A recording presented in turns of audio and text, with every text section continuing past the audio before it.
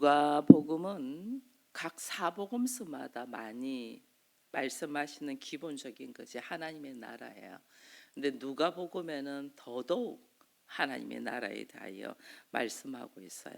그래서 우리가 어떻게 하나님 나라를 누릴 수 있고 어떻게 성령 안에서 그 기쁨과 평안을 누릴 수가 있나, 이것을 누가복음은 더더욱 기록해 놓고 있어요. 그래서 제가 오늘은 2절만 봤는데, 여기에서 하나님의 나라를 누리고자 하는 사람은 무엇은 해야 되고 무엇은 하지 말아야 되는 것을 말씀해 주셔서 오늘 2절만 보게 되었어요. 그래서 하지 말아야 될 것을 우리가 딱 봐도 알겠잖아요. 37절에 보니까 비판하지 말라 이렇게 돼 있잖아요. 하지만 비판하지 말라. 네가 하나님의 나라를 누리고 하나님 나라의 사람으로서의 상속자로서 살아가는 사람은 너희가 하지 말아야 될 것이 비판하지 말라. 네가 비판받지 않으려면 너희도 비판하지 말라 그러는 거예요. 사람은, 여러분, 사람은 누구나 다 죄인이에요. 다 허물투성이고 죄가 있고 연약해요. 그런 나를 하나님이 내 연약함을, 내가 연약하다, 내가 부족하다, 다른 말로요, 다른 사람에게 피해를 끼친다고 말해요. 내가 연약하고 내가 부족하니까 누군가가 나를 도와줘야지 내가 설 수 있거든요. 그러니까 내가 부족하고 내가 연약하고 내가 죄를 지었고 내가 잘못한 것이 있다, 누군가가 피해를 입고 누군가가 그것을 견뎌내고 있기 때문에 오늘 내가 있는 거예요. 우리 어린아이들이 자기가 다 잘나서 잘 크는 것 같아도 부모님이 철저하게 그 아이들을 지키고 보호하고 있으니까 그 아이들이 설 수 있는 거거든요. 근데 자기가 스스로 자랐는 줄 알죠. 우리 모두 다 그래요. 내가 부족하고 내가 연약하고 내가 할 수 있는 것이 없고 그렇다는 것은 누군가가 그걸 대신하고 있다는 거예요. 누군가가. 그래서 내 주변을 사실은 내가 피해를 주고 있다는 거예요. 근데 그것을 누군가가 버티고 견디고 있기 때문에 내가 오늘 설 수 있는 거거든요. 근데 우리는 그걸 생각하지 못하죠. 그래서 사람들은 내가 피해를 입은 것만 생각을 해요. 내가 피해를 주고 있는 걸 생각 안 해요. 그러니까 내 입에서 비판하고 정죄하죠. 나도 누군가의 피해를 줬고 누군가를 힘들게 했고 누군가를 수고하게 했은 즉 오늘 내가 있는데, 그런데 또 누군가가 또 나를 또 힘들게 할 수도 있잖아요. 그 사람을 비판하고 정죄한다. 이게 인간이에요. 그래서 비판하고 정죄한다는 것은 사실은 내가 너보다 낫다는 생각이기 때문에 그러거든요. 그러니까 정죄하고 비판하죠. 나도 허물투성이고 연약하고 부족하고 죄인이었다는 거예요. 그걸 우리가 딱 인식하면 서로 어떻게 해요? 서로 부족한 사람끼리, 서로 부족한 사람의 도움에서 살아라고 우리가, 하나님께서 우리를 만나게 하시고 결혼 생활을 유지하게 하고 공동체를 이루게 하고 그러거든요. 피차 돕지 아니하고 너는 왜 이거 못해? 너는 왜 이것밖에 안 돼? 이렇게 서로 지적하고 서로 비판하고 정죄하는 것이 어디냐? 그게 지옥이에요. 달리 지옥이 아니고 서로 잘났다고 하냐? 서로 잘났다고 하냐? 그래서 하나님이 우리를, 그리스도인들은 특별히 하나님의 나라에 택함을 받고 하나님 나라를 누리고자 하는 자는 전적인 하나님의 은혜로 우리가 서게 됐잖아요. 하나님이 나를 용서해 주셨은즉 내가 걸어가게 되는 거고 하나님의 나라에 들어오고 하나님 자녀가 되는 거거든요. 나의 죄인됨을 깨닫고 정죄하고 비판하는 것을 내려놔야 되는 거예요. 그래서 서로 불쌍히 여기고, 야, 나도 저랬는데, 나도 예수님 알기 전에, 말씀 알기 전에는 나도 저 모습이었는데 어찌 저렇게 내 모습하고 똑같이, 이러면서 서로 내려놔야 되는 거예요. 여러분, 성경에는 간음하다 붙잡혀온 여인이 있었잖아요.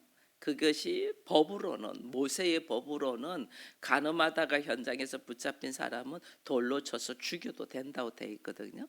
그 사람들은 다 돌을 들고 예수님 앞으로 끌고 왔죠. 모세의 율법에는 이러이러합니다. 그러니까 돌로 쳐 죽여도 이 여자는 마땅하다는 거죠. 그때 예수님이 하신 말씀이 뭐예요? 너희 중에 죄 없는 자가 먼저 돌을 치라 했더니 거기에 사람들은 어떻게 해요? 한 사람도 남지 아니하고 다 돌을 내려놓고 떠났잖아요. 그때 예수님이 여인에게 하는 말이 여기 누가 있냐? 아무도 없다. 주님과 나만 있다. 그래 맞아. 나도 너를 정죄하지 않을 테니 다시는 죄를 범하지 말라고 우리 주님이 용서하잖아요. 우리는 다 그 모습이에요. 다 현장에서 들킨 죄 지은 것을 들킨 자. 왜? 하나님은 다 아시잖아요. 하나님은 현장에서 다 촬영 다 해놨다니까. 여러분 우리가 하나님 앞에 서면요 말이 필요 없어요. 내 인생에 50년이고 60년이고 100년의 인생을 그냥 잠깐 비디오 틀듯이 쫙 틀어버린다니까요. 다 하나님 앞에는 다 기록이 돼 있다니까요. 누가 말하겠어요? 내가 그 은혜의 그 사랑으로 내가 오늘 하나님 앞에 서 있는 거지 누구도 핑계대지 못해요. 그래서 하나님은 어떻게 하냐면 내가 전적인 하나님의 은혜로 사랑으로 내가 여기 서 있은즉 나도 누군가를 돕는 자, 그가 예수 앞으로 바로 서도록, 그가 스스로 살아가도록 아니에요. 주님 안에서 변화되어 서도록 내가 돕는 자가 돼야 돼요. 그가 스스로 살아가면 자기 잘난 척 하잖아요. 우리가 자녀들을 스스로 살아가도록 훈련시킵니다. 그게 우리가 다 잘못 키운 거예요.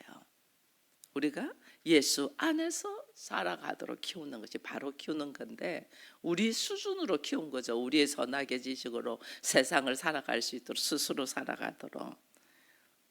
그 스스로 살아가도 죄인이에요. 죄인에서 노임받도록 해주는 것이 바로 키우는 건데 스스로 죄인으로서 살아가도록 해줬단 말이에요. 그게 오늘 우리가 하나님을 알지 못하고 키운 결과예요. 그것을 돌이키려고 하니까 되나요? 안 되죠. 머리가 다 커가지고 애들도 초등학교 때는 말을 들어요. 중고등학교만 들어가도 말 안 듣잖아요. 그게 미리 해줘야 되는데 그걸 못했죠. 그래서 그들이 안 되는 그들을 억지로 우리가 하려면 안 되고 그들을 기다려줘야 돼요. 그냥 기다려주는 것이 아닙니다. 성경에 보면 요셉이 형들이 자기를 시기하고 질투해서 노예로 팔고 죽이려고 했죠. 처음에는 죽이려고 했는데 그 죽이려고 했던 것에서 어떻게 그 다음에는 노예로 팔아버리죠. 노예로 팔았을 뿐 아니에요. 아버지 앞에 가서는 또 거짓말을 했죠. 짐승이 요셉을 죽였다. 그러니까 이게 노예로 팔았다는 것은 요즘 표현으로 하면 인신매매잖아요. 자기 형제를 인신매매를 해서 그러나 놓고 아닌 척 부모한테 가서는 거짓말했어. 이게 하나님이 보실 때는 하나님이 다 아시잖아요. 하나님 보실 때는 얼마나 어이가 없어요. 우리가 죄를 자기가 잘못 지어놔 놓고 앞에서는 거짓말하는 거예요. 다른 말. 이게 하나님 보실 때는 어이가 없는 거예요. 위선과 거짓과 살인과 말할 수 없는 죄를 지어놔놓고 누가 나한테 그 말을 하면 화를 확 내고 듣기 싫어한단 말이에요. 자기의 밑바닥 본색이 드러나는 것이 두려워서 화를 낸단 말이에요. 이게 하나님 앞에 우리가 엄청난 죄를 지어 있는 거거든요. 근데 요셉은 그 형들을 어떻게 했냐 보니까 요셉이 형들을 판단하지 않아요. 다만 몇 번이고 기회를 줘요. 형들을 만났을 때 요셉이 형들을 만났을 때 혼자 골방에 가서 눈물을 흘리고 울어요. 그게 왜냐하면 너무너무 안타깝고 너무너무 자기 안에 있는 이 아픔이 있잖아요.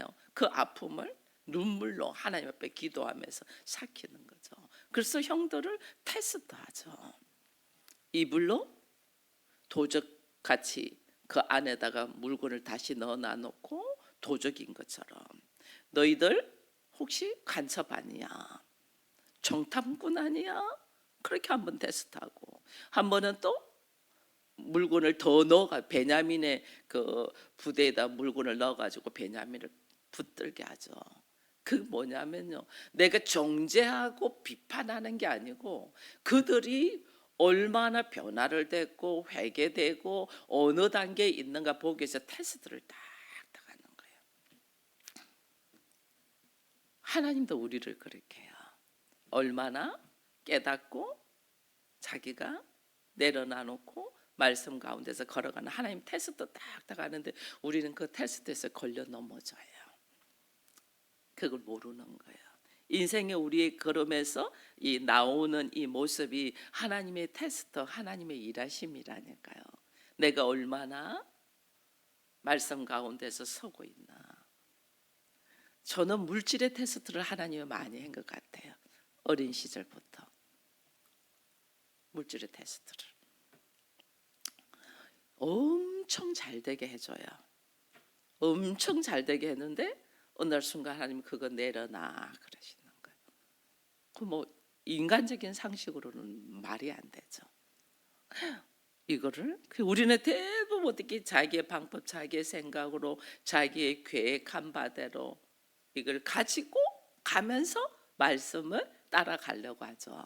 근데 하나님은 그렇게 안 해요. 가감하게 말씀하실 때 모든 것을 내려놓고 친척 아비 집을 떠나는 거예요. 아브라함도 내 고향 친척 아비 집을 떠나야 돼. 떠나면서 가면서 또 누구 데리고 가죠? 조카 롯을 데리고 가잖아요. 근데 그것 때문에 문제가 생기죠. 가감하게 우리는 뭐 99% 말씀에 의지하여 순종하고 1%를 남겨놓고 갑니다. 근데 그 1%가 문제를 일으켜요. 그걸 하나님은 철저하게 하나님의 말씀에 의지하여 걸어가냐거든요. 그 우리들의 이게 되었나 보는 거예요. 순간순간 이게 철저하게 말씀에 의지하여 걸어가나, 철저하게 하나님이 나의 주인이냐, 이걸 지금 하나님은 테스트하는데 우리는 여기서 뻥뻥 넘어지죠. 요셉도 형들에게 테스트를 하죠. 매번 테스트를 하죠. 도둑으로 몰고 간첩으로 몰고 그들이 회개하고 진실된 사람으로 서도록. 왜냐하면 내가 형들한테 다 베풀 거니까 그 베푸는 것도 내가 베푸는 게 아니라 하나님이 다 준비하셔서 하게 하실 거니까. 그래서요, 주는 자가 얼마나 복 있는지 몰라요. 줄 수 있도록 하나님이 다 만들어 놓으신다니까요. 그걸 아는 사람과 모르는 사람의 차이점이에요. 그거를 하나님이 다 만드시는 것을 아는 사람과 그걸 모르는 사람의 차이점은 못 주죠. 내가 이거 없으면 큰일 나는 줄 알죠. 그게 하나님이 지금 하시는 거예요. 우리가 무조건적인 용서가 아니에요. 무조건 하나님은 용서하라고 하죠. 무조건적인 용서가 아니에요. 사랑 안에서 그가 용서를 하면서 어떻게 회개의 길로 걸어가면서 하나님의 사랑을 깨닫도록 하면서 용서하는 거예요. 그래서 여기 오늘 37절에 보니까 비판하지 말라고 해놔놓고 그 다음에 밑에 30절 용서하라 그리하면 너가 용서를 받을 것이요 이래 돼 있어요. 비판하지 않을 뿐 아니라 용서하라는 거거든요. 근데 우리는 보통 우리가 우리에게 죄지은 자를 사하여 준 것처럼 우리의 죄를 사하여 주옵시고 우리가 주기도문에 그렇게 기도합니다. 어찌 우리가 먼저 사하여 주고 용서해요? 이미 주께서 우리 죄를 사하신 것을 내가 그 주의 영이 내 안에 있어야지 내가 용서가 되지. 나는 용서가 안 돼요. 그래 이게 뭐냐면 이미 주님 앞에서 내가 용서받은 자이기 때문에 나는 1만 달란트 용서받은 자잖아요. 1만 달란트 주님 앞에 나의 죽음의 모습 생명을 용서받아서 내가 주님의 생명을 받은 자잖아요. 그 생명을 뭐 값으로 계산하겠어요. 근데 여기는 이제 성경에는 1만 달란트라는 말을, 우리 1만 달란트 우리 계산도 못해요. 지금 금액으로 하면 우리는 100억도 없잖아요.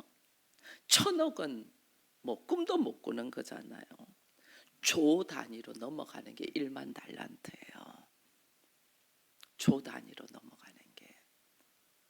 그러니 이게 엄청난 나의 생명의 값을 주님 앞에 이미 나는 사함, 용서함을 받은 자로서 어떻게 용서하라는 거예요. 그 용서는 어떻게 용서하는, 그 용서가 정말 가치가 있는 용서라는 걸 깨닫게 하라는 거죠. 그러니까 요셉이 테스트 하는 거예요.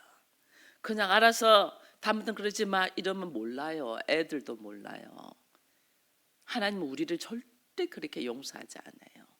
처절할 만큼 죄가 어떤 것인가를 몸서리치고 깨닫도록 하나님이 그게 내려놔요. 그래서 다시는 내가 이런 죄는 범하지 말아야지, 이걸 막 스스로 고백하도록 하나님 만든다니까요. 스스로. 그 막 징글징글러워. 그 모습이. 그게 지옥이라는 걸 깨닫게 한다니까요. 그래서 스스로 하나님 앞에 두 손 들고 천부여 의지없어서 손 들고 옵니다. 이렇게 하나님이 그 용서가 얼마나 가치 있고 놀라운 건가를 깨닫게 하신다니까요. 그 은혜 속으로 우리가 들어가는 거예요. 그 은혜 속으로 들어간 우리는 뭐예요? 내가 그 은혜를 받았은 그 은혜를 내가 가치를 하고 경험이 되어야만이 다른 사람을 용서하고 사랑하고 말씀을 지켜나가는 것이 뭔가를 알거든요. 그래서 주님이 용서하라. 내가 너희를 이미 너희가 용서받은 것처럼 너희도 용서하라는 거예요. 그래서 야곱의 그 넷째 아들이 누구죠? 야곱의 넷째 아들가 유다잖아요. 여러분 유다 한번 봐보세요. 어떻게 그가 메시아의 조상이 될 수 있어요? 자기 며느리하고 장녀의 집에 가서 그 하나님의 자녀가 장녀의 집에 갔어. 하루 기분 내려고 하는데 그게 며느리하고 했잖아요. 쌍둥이를 낳아요. 근데 나중에 며느리라는 걸 알고 그가 얼마나 창피하고 그랬겠어요. 그러니까 너가 나보다 낫다 이런 말을 하거든요. 자기는 인간적인 육정을 채우기 위해서 행동했지만은 왜 낫냐? 그 행위가 뭐가 낫겠어요? 근데 하나님의 나라를 생각하고 다말은 말도 안 돼. 돌로 맞아 죽을 짓을 했잖아요. 돌로 맞아 죽을 짓을. 임신했다. 남편 없는 여자가 임신해도 그 돌로 맞아 죽을 짓이거든요. 근데 내가 돌로 맞아 죽을지라도 하나님의 나라를 생각한 거죠. 다말은. 그래서 너는 나보다 낫다는 거예요. 나는 육정의 감정 충만했다면 며느리는 죽을 만큼 어려운 상황을 하나님의 나라를 생각하면서 한 거죠. 너는 나보다 낫다 그래요. 결국은 유다의 인생이요, 며느리면서 아내이고 자식이면서 손자인 사람하고 평생을 살잖아요. 그죠? 그 인생의 평생을 같이 살면서 어떻게 했어요? 하나님이 어떻게 하겠어요? 처절할 만큼 회개하게 한다. 처절함. 며느리면서 아내이고 며느리가 낳은 자식은 손자잖아. 손자이면서 내 자식이고 그 평생을 산 그 사람이 유대인의 조상이고 메시아의 조상이에요. 우리 자랑할 게 하나도 없다니까요. 우리가 지금 내가 이렇게 있는 것은 전적인 하나님의 은혜로 있지 자랑할 것이 하나도 없어요. 그거를 유다는 평생에 자기 옆에 그렇게 두면서 눈으로 보면서 아들이 자라는 모습을 보면서 손자가 자라는 모습을 보면서 자기가 한순간 잘못된 행동, 잘못된 생각, 그리고 며느리를 죽이려고 했잖아요. 그 자기의 잘못을 숨기려고 다른 사람을 죽이려고 했던 그 내면의 흉악함, 이것이 막 밝히 다 드러나잖아요. 밝히.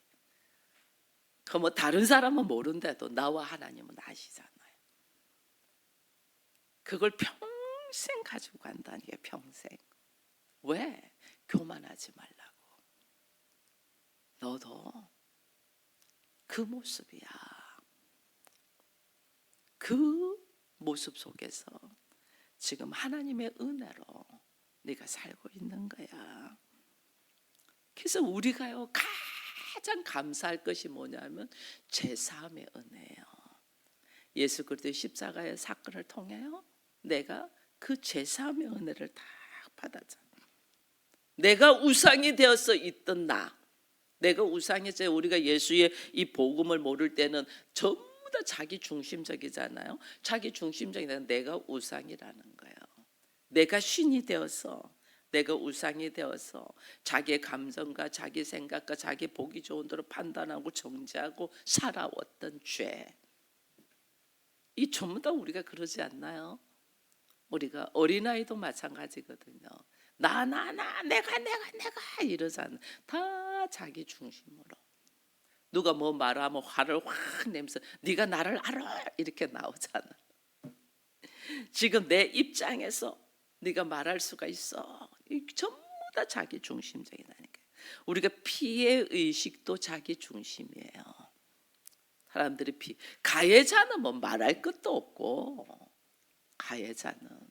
근데 내가 피해를 당해서 피해를 당하다 보니 피해 의식이 생기잖아요. 이것도요 자기 중심이기 때문에 피해 의식인 거예요. 우린 다 죄인이고 부족해서 내 옆에 있는 누군가를 나는 힘들게 했단 말이에요. 근데 그거를 부모가 감당하고 주변의 형제가 감당하고 아내가 감당하고 남편이 감당하고 해서 오늘 우리가 이 자리에 있는 거거든요. 근데 우리는 막 생각 못하죠. 왜? 내가 중심되어서 모든 것을 바라보니까. 제가 그랬잖아요. 사진을 봐도 잘 나온 사진은 구도가 잘 맞고 색깔이 잘 맞고, 내가 잘 나온 사진은 잘 나온 사진. 이게 다 자기 중심이라는 거예요.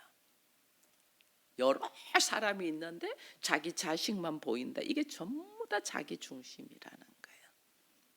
여러 사람. 모든 가정이 다 있는데 우리 가정만 생각한다. 이게 자기 중심인 거예요. 내 남편, 내 아내, 내 자식. 하나님은 이 형제, 가족 개념을 하나님은 확장시키잖아요. 그죠? 혈육적인 가족이 아니, 이 혈육적인 가족으로 머물러 있다는 것이 이것이 뭐예요? 육적인 사람이에요. 하나님의 영적인 가족. 하나님을 통하여 하나님의 나라를 이룬. 그 내가 아직까지 혈연적인 가족으로 머물러 있다. 이거 내 가족으로 머물러 있다. 기도하는 것도 전부 다 내 가족만 기도한다. 이게 내가 지금 아직도 세상적이고 육적인 사람이라는 거예요. 하나님의 나라를 딱 생각하면서 걸어가는. 우리가 얼마나 나는 믿음으로 선 것 같아도 이게 그렇지가 않다니까요. 사고가 얼마나 하나님의 중심으로 하나님의 나라를 바라보며 가족의 개념이 어찌 돼 있냐는 거예요. 가족의 개념이, 내 가족의 개념이 아직도 우리 엄마 아버지, 내 남편 아내, 내 자식, 내 손자에 머물러 있냐는 거예요. 우리 다 그렇잖아요. 제가 한때 그랬잖아요. 우리 하영이가 목사님은 누구의 할머니예요? 이랬댔잖아요. 자기가 볼 때는 목사님의 손자가 누군 줄 모르겠어. 누구의 할머니예요? 내가 하영이 할머니인데 아닌데 이러더라고요. 그게 뭐예요? 육적인 가족의 개념으로 머물러 있기 때문에 그렇게밖에. 우리 다 봐보세요. 우리 그렇잖아요. 하나님 안에서 하나님을 아버지로 부르잖아요. 우리가 다 하나님을 아버지로 부르면 그 하나님을 아버지로 부르는 사람들이 다 나의 형제고 가족인데 우리 그 개념이 없는 거예요. 그러니까 하나님이 나를 어떻게 하겠어요? 훈련시키죠. 우리는 하나님 나라를 사모합니다. 하나님 나라에 들어가고 싶고 하나님 나라의 상속자가 되고 싶습니다. 이제는 우리의 목표가 제가 워낙 이야기해서 하나님의 나라입니다. 근데 그 하나님의 나라에 들어가서 누리는 자의 삶은 해야 될 거와 하지 말아야 될 것을 오늘 이 짧은 말씀 속에서 하나님의 말씀 하지 마라. 비판하지 마. 그리고 아예 용서해. 그가 용서도 세상적인 방법으로 용서가 아니고 그가 회개에 돌이켜서 하나님의 사람이 되고 하나님 나라를 누릴 수 있도록 그를 이끌고 가면서 용서하라는 거죠. 그러면서 오늘 38절에 주께서 뭐라고 해요? 주라. 그리하면 너에게 줄 것이고 후히 떼어 누르고 흔들어 넘치도록 너에게 안겨주리라. 주라. 주라. 이게 정말 하나님 나라를 열망하고 그 속에 들어가 있는 사람들이 할 수 있는 일이에요. 주기 위해서. 내가 열심히 돈을 버는 거는 주기 위해서. 그래서 하나님은 그렇게 말씀대로 하나님의 나라의 개념과 가족 관계의 개념이 확장되고 달라진 사람들에게 하나님은 주신단 말이에요. 왜 나에게는 하나님이 이 물질의 축복을 안 주지? 왜 나에게는 평안의 은혜를 안 주지? 이 뭐예요?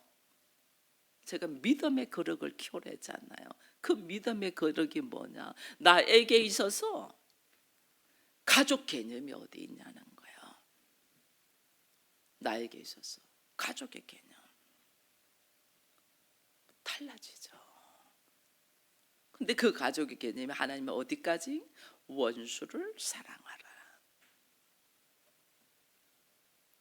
내가 원수한테도 줄 수 있어야 돼요. 우리나라 기독교인들이 공산당한테 굉장히 당했잖아요. 공산당이 싫어요. 공산당 반공 여기. 그러니까 북한을 그렇게 싫어하는 거예요. 북한에다가 뭘 주는 것을 그렇게 싫어하는 게 지금 현재 한국교회 기독교인들이.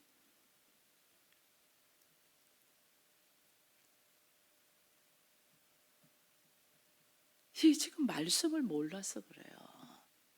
말씀을. 나의 원수를 사랑하라 했잖아요. 이게 개념이 깨지고 내가 어떻게 하나님의 뜻에 의하여 나의 오름 속에 내 가족 개념 속에 들어있는 것을 깨트리고 하나님의 말씀에 의해서 가족의 개념이 확장되는 사람을 통해서 이게 우리는 형제 간에도 안 주잖아요. 형제 간에도 부모 자식 간에도 안 줘요. 세상 방법은 뭐예요? 세상 방법은 그 다 틀리면 너만 손해야 막 그렇게 하잖아요. 왜냐하면 이놈의 자식들도 세상적이니까 받아가면 땡이야. 줄 때만 좋아하고. 그러니까 어떻게 내가 나를 위하여 나의 안전장치를 하기 위하여 세상에서 하는 말들이 쫙 있잖아요. 노년에 이렇게 하면 안 되고 이렇게 이게 막 세상에서는 진리인 것처럼 말하잖아요. 그게 왜? 다 하나님의 나라가 아니고 자기 중심의 나라로 살기 때문에 그렇거든요. 하나님의 나라는 개념이 달라요. 하나님의 나라는.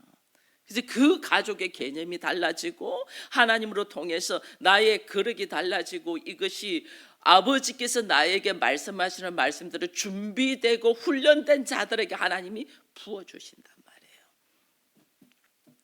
그게 내 것이 아니에요. 하나님이 부어주심에 의해서 그 하나님의 부어주심이 어떤 개념이라는 걸 딱 아니까 즐겁죠. 주는 것이 즐겁죠. 나는 줘도 우리 하나님이 어떻게 해요?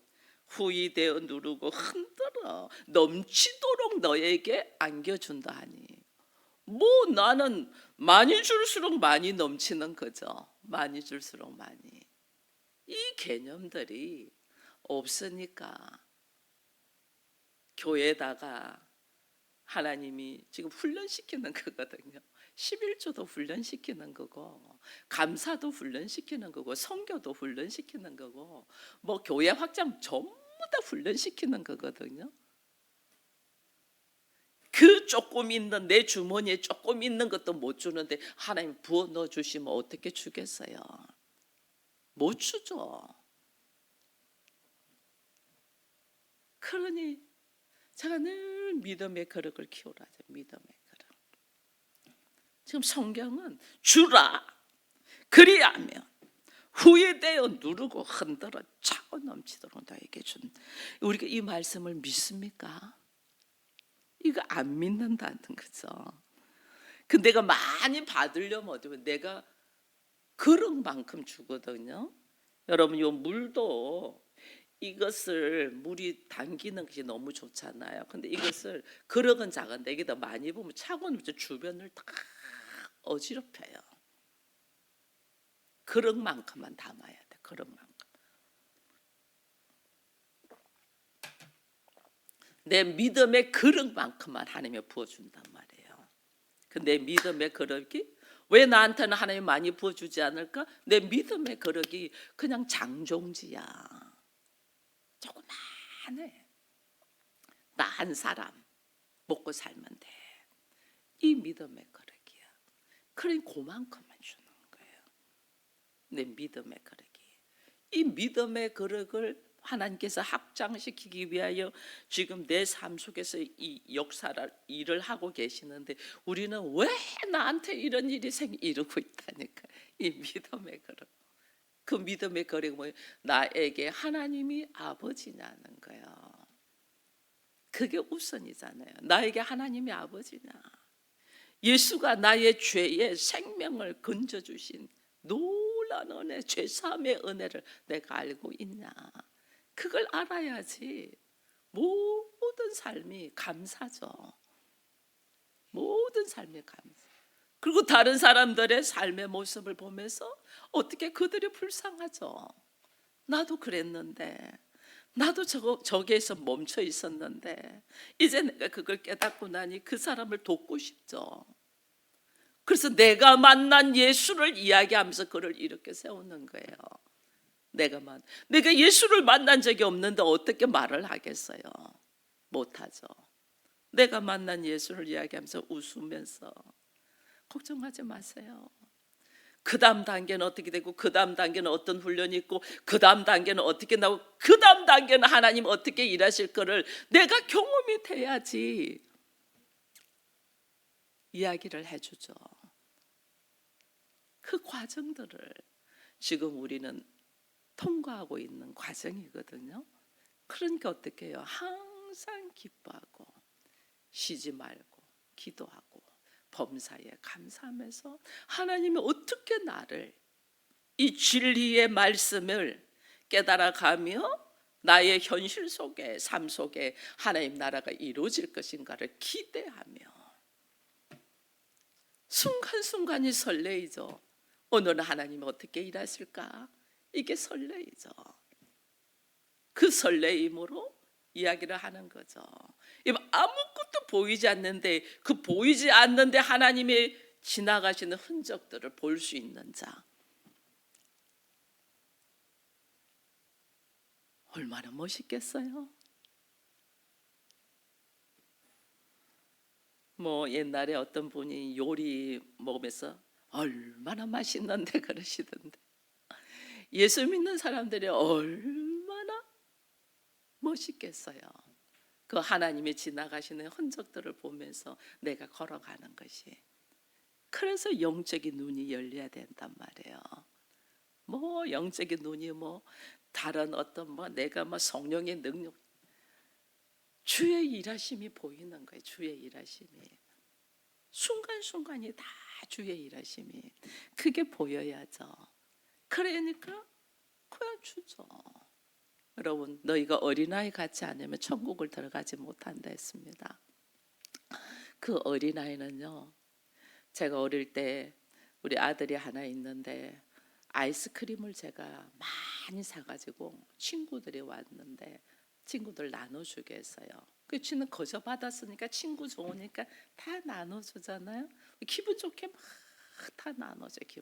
그 기분 좋게 나눠주는 것이 어린아이 같은 신앙이에요. 그 기분 좋게 다 나눠주는데 나중에 엄마하고 저하고 둘이 남았는데 아이스크림이 하나만 남은 거야. 그 지는 엄마가 사줬잖아요. 엄마를 주고 싶어서 엄마를 손을 딱 이래 줬는데 지게 봉지에 없어. 그러니까 어떻게 해서 애가 아 하고 울더라고요. 이게 이건 나눠주는 거는 하나님의 사랑이 내가 받은 게 아니고 엄마로부터 받았으니까 아버지의 마음이에요. 근데 나중에 하나 딱 남으니까 내게 없으니까 울어버리는 거야. 이게 인간적인 마음이에요. 그래 우리는 늘 뭐냐? 우리 안의 마음이 인간적인 마음. 그러니까 엄마는 어떻게 했어요? 엄마는 그 하나를 받아 얘가 주는 그 마음을 보려고 받는 거잖아요. 받았지만은 웃으면서 그 아이에게 주죠. 그게 다시 평안이 이래.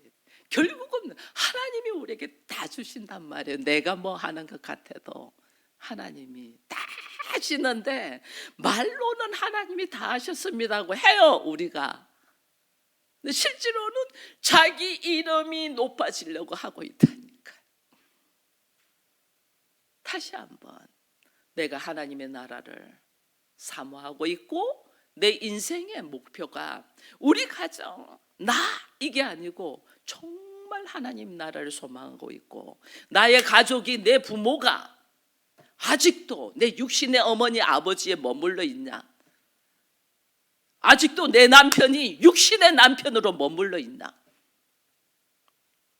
예수가 신랑이라는 것은 수없이 말하면서도 나의 내리 속에는 예수가 신랑이 아니고 예수가 나의 주라고 고백하면서 나의 삶의 모습에 주는 내가 돼 있고 이게 전부 다 위선적인 신랑이라는 것을 하나님 지금 말씀하시고 이걸 고치기 위하여 현실 속에서 일어나는 일들을 내가 감사함으로 감당하지 못하고 여전히 자기 안에 갇혀있는 자기 세계를 바라고 있는 이 미련함을 철저히 회개하여 하나님께서 오늘 우리로 하여금 하나님의 나라를 누리기를 원한다는 것을 알고 그 하나님 나라 안에 있는 사람은 비판하지 말고 용서하며 주는 자가 되어라. 이 말씀이 내게 나의 인격이 되는 은혜가 있기를 축원드립니다. 기도하겠습니다. 하나님 감사합니다. 말씀은 구구절절 우리가 나의 수준에 머물러 있지 아니하고 거기서 구원받아 하나님의 나라에서 누리는 삶을 살기를 원합니다. 아버지 우리는 갈망합니다. 그 하나님의 나라를 그리고 누리는 삶을 살기를 갈망합니다.